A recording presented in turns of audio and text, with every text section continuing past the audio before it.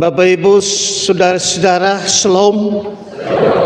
Hari ini kita merenungkan firman Tuhan di bawah tema Yesus untuk orang-orang disabilitas. Yesus untuk orang-orang disabilitas.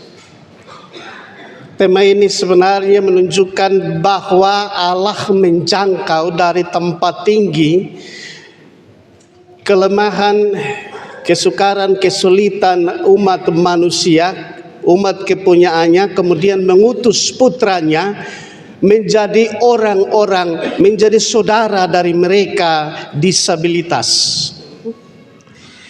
Disabilitas ini Bapak Ibu saudara-saudara adalah orang-orang yang memiliki kelemahan, kekurangan, dan juga mau bilang pincang sejak lahir. Memiliki keunikan sejak lahir. Karena itu Bapak Ibu saudara-saudara, di Yerusalem dan sekitarnya pada zaman Yesus melayani, Siloam menjadi tempat pembuangan disabilitas, menjadi tempat tampungan. Dunia masyarakat Romawi dan juga budaya Yahudi tidak suka dan tidak menghendaki orang-orang yang berpenyakit kusta, orang-orang yang buta, dan juga orang-orang yang berpenyakit borok. Dan kemudian mereka angkut dan mereka buang ke Siloam. Jadi Siloam yang berarti yang diutus itu adalah tempat pembuangan orang-orang yang menyandang disabilitas, agar supaya mereka tidak menjadi beban dalam komunitas sosial, dalam komunitas keagamaan, dalam komunitas orang-orang percaya di Yerusalem. Orang-orang ini najis dan harus disingkirkan, harus dibuang. Dan Bapak Ibu saudara-saudara, Yesus datang pertama kali mengunjungi orang-orang yang dibuang di Siloam. Bertemu dengan murid-muridnya, bertemu dengan orang-orang buta dan juga orang lumpuh, orang sakit, orang timpang di Siloam. Di dekat Siloam yang tak mampu berjalan, masa ditempatkan di pinggir kolam Siloam untuk masuk memboncang air itu, dan air itu kemudian bergelora di dalam, lalu harus dia mendapat penyembuhan. Betapa sulitnya orang-orang lumpuh untuk memasuki, untuk menjangkau proses penyembuhan itu. Dan Yesus datang menjumpai mereka. Bapak Ibu saudara-saudara, Yesus menjangkau yang tidak terjangkau untuk melayani mereka dan melihat mereka sebagai saudaranya, sebagai bagian dari dirinya dalam tugas pengutusannya. Sebenarnya Yesus mau menunjukkan kepada para muridnya melalui kunjungannya ke Siloam dengan menyembuhkan dan juga merawat orang-orang yang di tempat pembuangan Siloam itu. Mau berpesan kepada para muridnya, saya diutus untuk mereka yang terbuang, dan mari bersama kamu diutus untuk mereka. Ini sebenarnya menjadi benang merah dalam bacaan kita hari ini.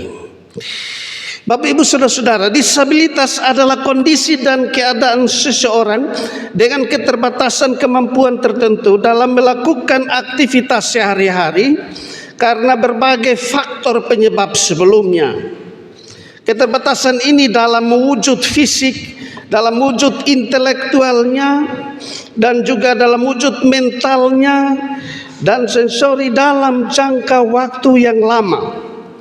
Keadaan ini dapat mengakibatkan hambatan terhadap interaksi antara penyandang disabilitas dengan lingkungan sekitar secara efektif berdasarkan kesamaan hak. Apakah ketika mereka memiliki keterbatasan, kesulitan karena mereka disabilitas, mereka tidak punya hak hidup yang sama dengan yang sempurna? Bapak, Ibu, saudara-saudara, pertanyaan iman untuk saya dan saudara, siapakah dia yang disabilitas itu? Dia adalah saudaramu kah? Dia adalah bagianmu karena dia adalah sesama yang setubuh seroh dengan saudarakah? Apakah disabilitas tidak boleh ada di hadirat Tuhan? Apakah disabilitas tidak boleh ada di sekitar persekutuan orang-orang percaya dan komunitas sosial di mana mereka lahir? Karena sejak lahir mereka subuta memang, sulumpu memang, dan juga seterusnya. Apakah mereka tidak layak? Mereka tidak memiliki hak hidup yang sama dengan mereka yang sempurna, yang melompat kegirangan karena kesempurnaan mereka. Bapak, Ibu, saudara-saudara, di atas mimbar Jemaat Petra Soe, saya pernah disapa ketika saya berdiri dan berkhutbah seperti ini. Ada seorang gila yang masuk, jalan di tengah-tengah keramaian banyak orang dan datang berdiri di depan mimbar, lalu dia Shalom kunyadu pendeta. Saya bilang shalom. Jemaat Tuhan saat itu merasa terganggu dengan kehadiran orang gila ini.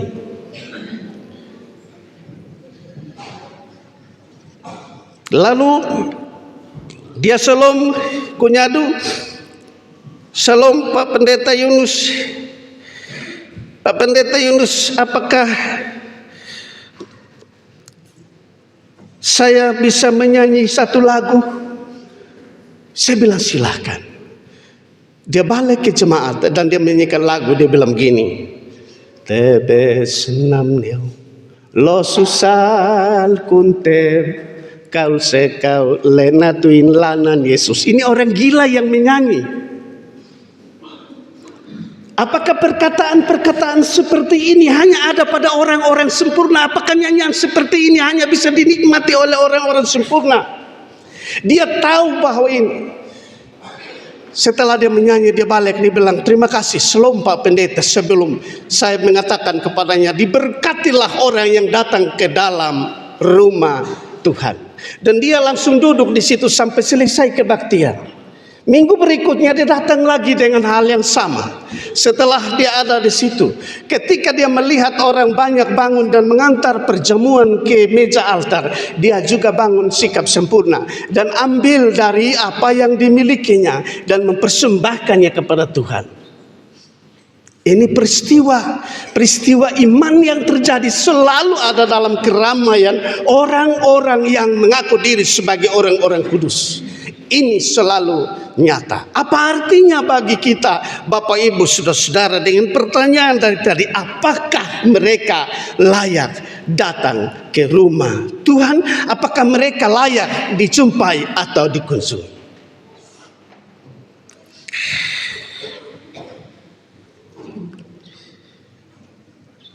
Banyak orang tunjuk ekspresi tidak suka saat itu. Tunjuk ekspresi ya. Wajah mereka menolak dengan keras. Kok Pak Pendeta ini orang gila saja dia terima di dalam. Jangan-jangan bab itu justru gila di atas. Saya bilang terima kasih atas respon itu. Sebab dia juga saya tidak pernah undang, dia juga saya tidak pernah sangka-sangka. Dia harus ada di tengah-tengah kebaktian yang begitu bersemarak. Dan dia sampai dengan sekarang ini bergereja seperti biasa. Rupanya dia telah dipulihkan oleh Sang Yesus. tabib yang agung. Bapak Ibu Saudara, disabilitas itu termasuk mentalnya yang membuatnya seperti gila-gilaan ataupun juga seperti terganggu batin dan juga kejiwaannya. Disabilitas itu bisa saja dia kelumpuhan atau dia juga memiliki. Kalau di Kupang itu ada yang jalan dengan tangan karena kakinya tidak bisa dimanfaatkan oleh kelumpuhannya dan sebagainya. Jalan sebagai pengemis di jalan. Dan memang kalau Bapak Ibu Saudara-saudara, ketika orang minta-minta dia ada dalam keadaan sempurna, lengkap semuanya, orangnya dilihat, fisiknya menjanjikan, baru dia duduk sorong tangan minta-minta, itu memang bukan disabilitas. Itu dia pun nama apa kok? Itu kita kasih nama sendiri, itu dia penama disapehe. Disapehe tas, disapue tas.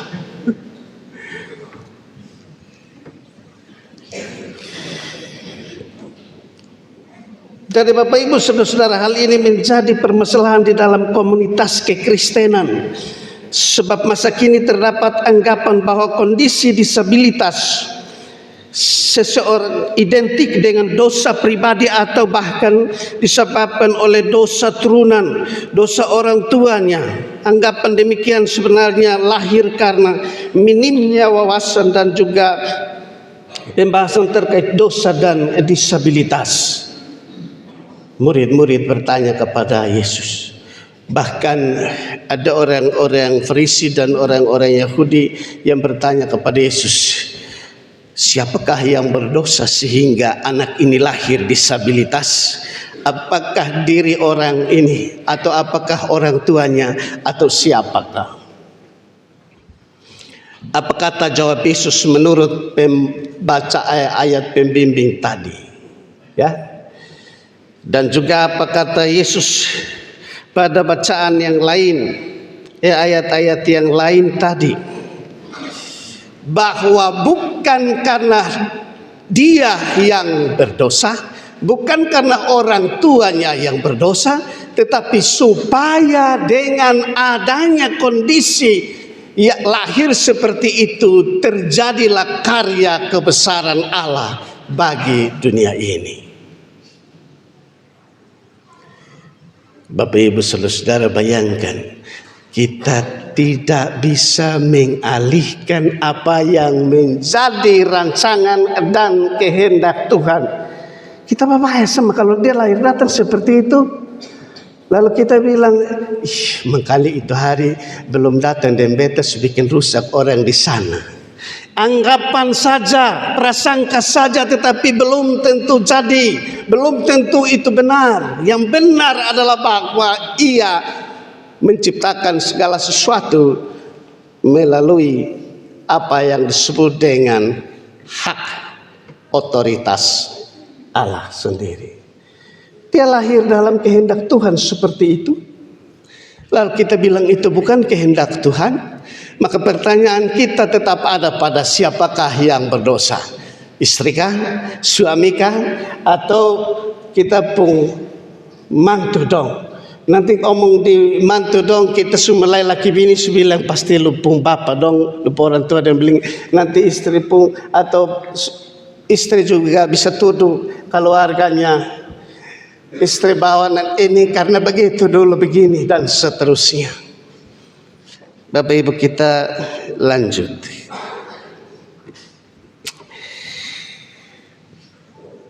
Ya, persoalan ini terjadi juga di dalam kisah tentang pernyataan para murid mengenai kaitan dosa pribadi dan juga keturunan dengan seorang yang buta disabilitas.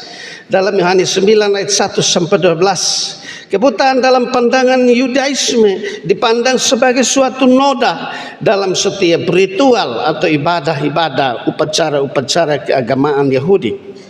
Penyandang disabilitas dikucilkan dalam masyarakat karena kecacatan dianggap sebagai hukum akibat dosa, dan juga dianggap sebagai beban bagi mereka dalam komunitas keagamaan. Ini menyebabkan penderitaan kepada orang-orang buta, kepada orang-orang lumpuh. Hanya terbatas pada fisiknya saja, tetapi berdampak hingga ke mental orang-orang tersebut. Maka anggapan orang-orang yang berprinsip seperti itu sepertinya mereka yang lumpuh terhadap orang yang lumpuh. Mereka yang buta terhadap orang yang buta, atau mereka yang gila ketika mereka menyapa dan menemui orang yang gila. Ini sebenarnya Bapak Ibu Saudara-saudara, narasi Yohanes 9 ayat 1 sampai 12 menceritakan bahwa ketika Yesus dan murid-muridnya bertemu dengan seorang yang buta sejak lahir, penyandang disabilitas, murid-muridnya bertanya, "Rabi, siapakah yang berbuat dosa, orang ini sendiri atau orang tuanya sehingga ia lahir buta?" Jawab Yesus, "Bukan dia dan juga bukan orang tuanya, tetapi karena pekerjaan-pekerjaan Allah harus dinyatakan di dalam dia." Ayat 13. Dia yang telah merencanakan semuanya itu. Dalam peristiwa ini Yesus menegaskan bahwa kebutuhan bukan akibat dosa, melainkan mempunyai tujuan, yaitu menyatakan pekerjaan-pekerjaan Allah, dimaksudkan untuk menyatakan kuasa dan pemeliharaan Allah. Yesus memberikan aspek yang lebih penting dari pemahaman para muridnya. Ia memberikan pandangan yang luas, tidak terbatas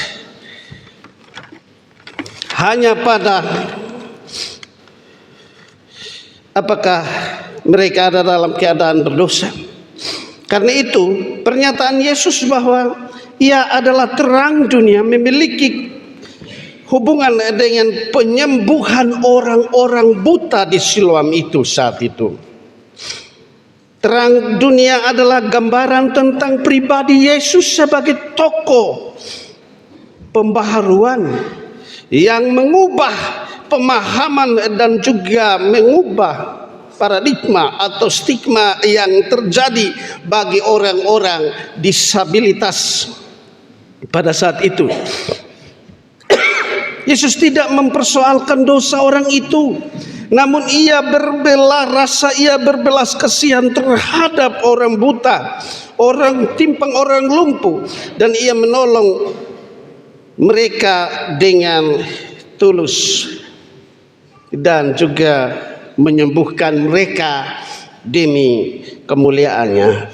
Bagi Yesus keadaan orang buta itu membutuhkan tindakan dan bukan pembahasan. Ya, ini sorotan tajam kepada para muridnya. Mereka sibuk bertanya, sementara yang Yesus harapkan dari murid-muridnya adalah tindakan penyelamatan, perbuatan iman, bukan pertanyaan iman.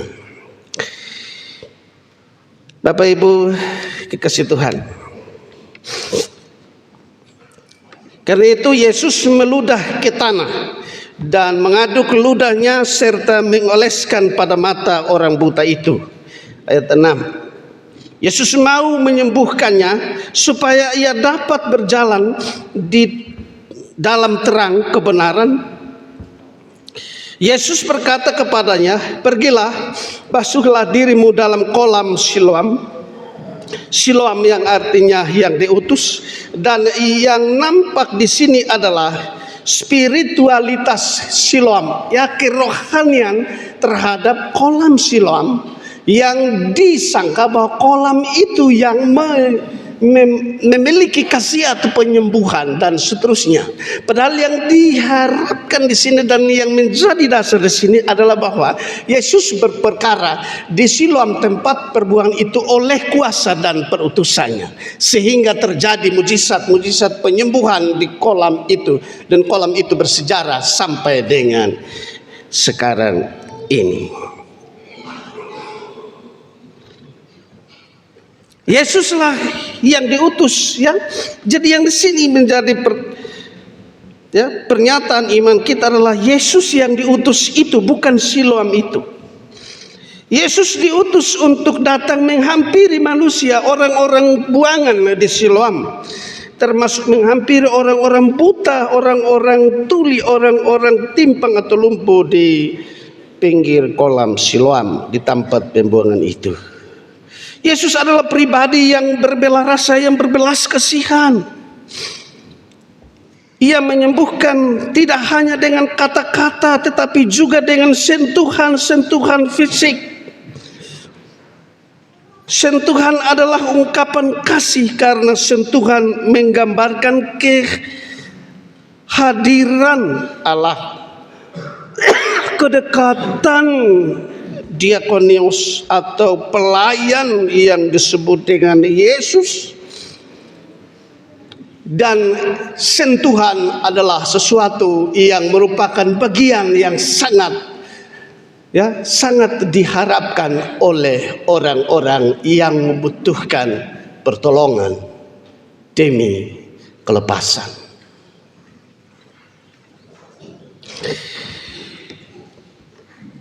Ayat 8-9 menceritakan tentang reaksi orang-orang Farisi yang mengenal orang buta yang disembuhkan oleh Yesus. Mereka bertanya tentang identitas orang buta yang telah dicelikkan, telah terbuka matanya. Memang diakah ini? Ada yang mengatakan bukan, tetapi dia sendiri mengatakan bahwa akulah ini. Yesus yang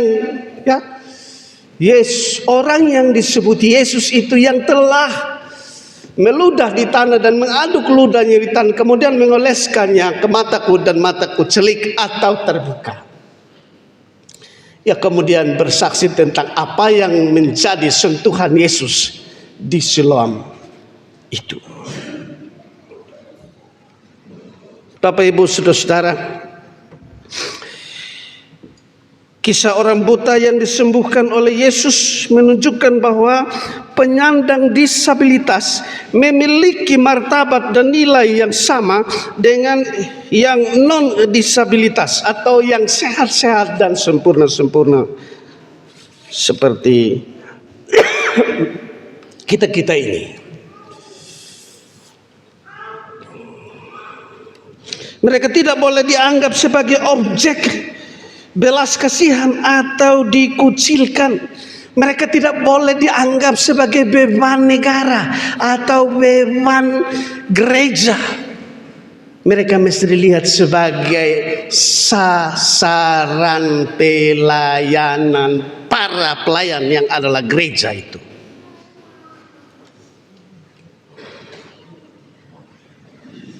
Bapak Ibu Saudara, saya omong beban gereja, beban negara, beban gereja, Bapak dohen, tapi yang kemarin itu jadi beban negara. Saya tidak maksud itu. Yang saya maksudkan adalah bagaimana kita melihat mereka disabilitas, orang-orang lemah, orang-orang tersingkir, orang-orang terbuang itu menjadi orang yang kita jangkau dalam rangkulan kita dengan tindakan nyata.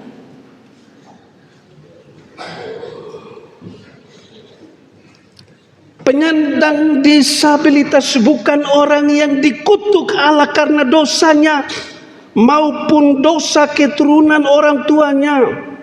Penyandang disabilitas merupakan anggota dari persekutuan keluarga Allah, family day. Wisneno ini family day li oleh itu ameotet nak wisneno in family. Ho family au family wisneno in family kit. Ini sebenarnya. Karena itu kalau ketemu dendong-dang jangan buang muka. Biar mereka diajak, biar mereka mendapat perhatian untuk sasaran pelayanan gereja.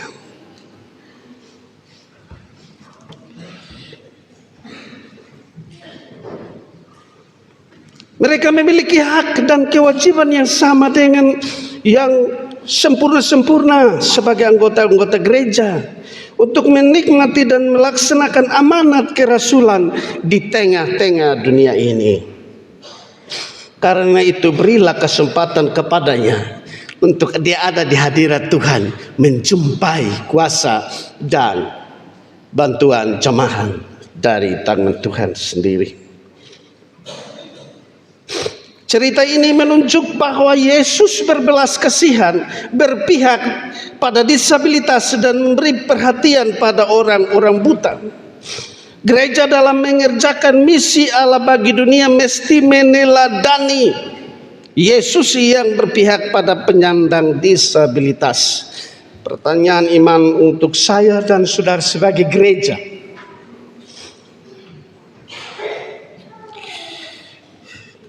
Gereja perlu mengupayakan akses yang penuh dan kesempatan yang sama bagi penyandang disabilitas dalam kehidupan masyarakat. Dengan cara apa? Kalau memang boleh, ya, Bapak Ibu Saudara-saudara, pertanyaannya adalah apakah gereja perlu membuat diakonia perlindungan bagi mereka? Lanjutannya, kalau memang boleh, apakah ini tidak menjadi beban gereja? Sebab yang ada pada perasaan orang-orang gereja ketika melihat itu, mereka pikir kita tidak ada apa-apa ini, padahal ada.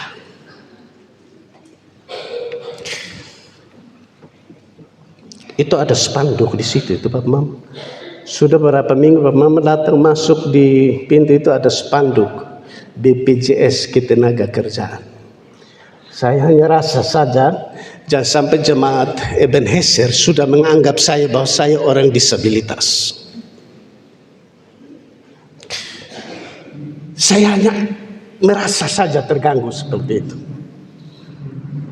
Karena di gereja ini pernah ada sosialisasi tentang BPJS Ketenagakerjaan dengan sasaran bagaimana gereja memberi perhatian nyata kepada disabilitas atau jemaat yang rentan yang sudah diprogramkan dalam program pelayanan 2025 ini. Tapi saat itu yang hadir majelis 2-3 orang. Moga-moga mereka bertobat bahwa gereja mesti memberi perhatian yang nyata kepada mereka yang adalah disabilitas.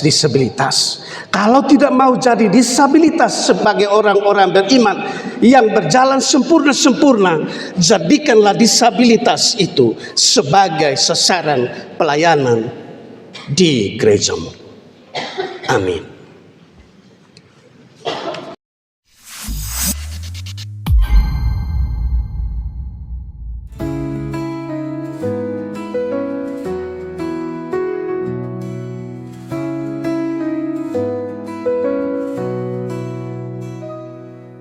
Di jalan sepi dia melangkah,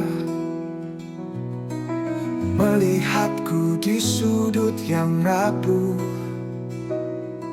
Buta sejak lahir aku bertanya, mengapa aku, Tuhan, mengapa aku? Tapi dia tersenyum lembut, tak ada salah di mataku.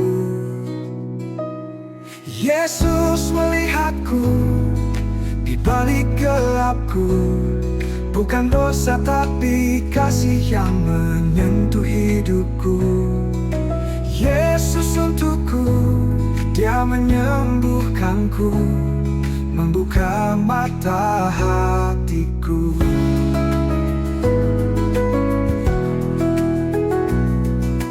Tanah dan ludah jadi harapan, kuasanya nyata di debu ini. Aku berjalan ke kolam itu dan melihat dunia baru berseri. Kini aku tahu pasti Tuhan tak pernah meninggalkanku. Yesus melihatku